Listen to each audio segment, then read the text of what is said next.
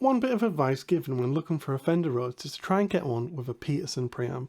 I don't necessarily agree with it, but this does seem to be the consensus. These preamps were originally on the suitcase and satellite models of the Mark I pianos. One benefit of a preamp is that it has active tone controls and it also has a built-in stereo vibrato. The vibrato is considered to be part of the Fender Rhodes sound.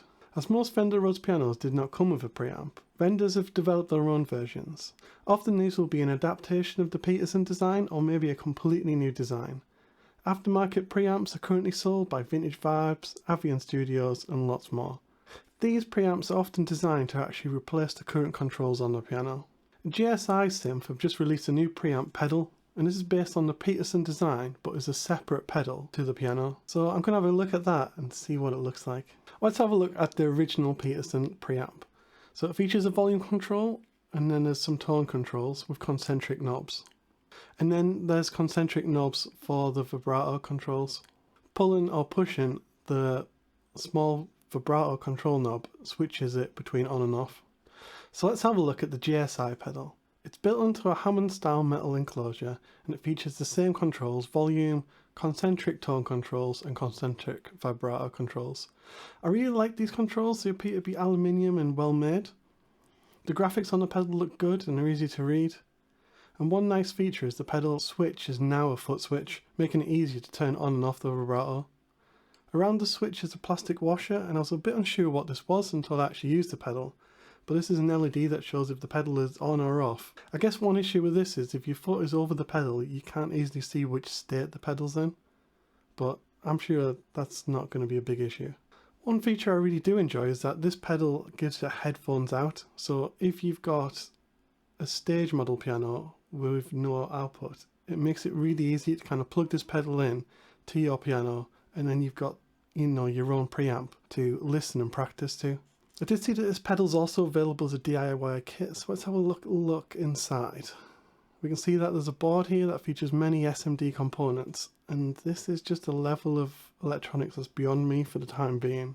So if I was to get one, I'd definitely be sticking with the built version. But yeah, let's plug this in and see what it sounds like. So I'm going to play with the settings and kind of compare them back to back with the original Peterson.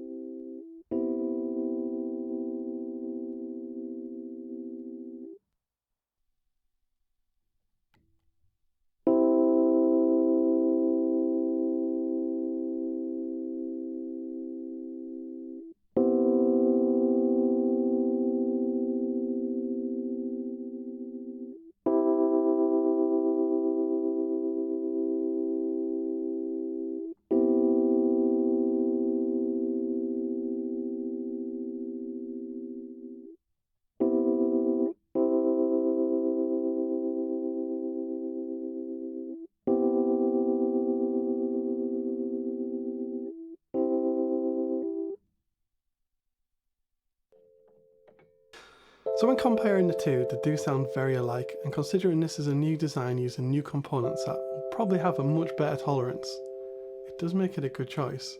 If you were looking at an original Peterson preamp, it will need capacitors replacing and maybe other components that have aged and gone out of tolerance.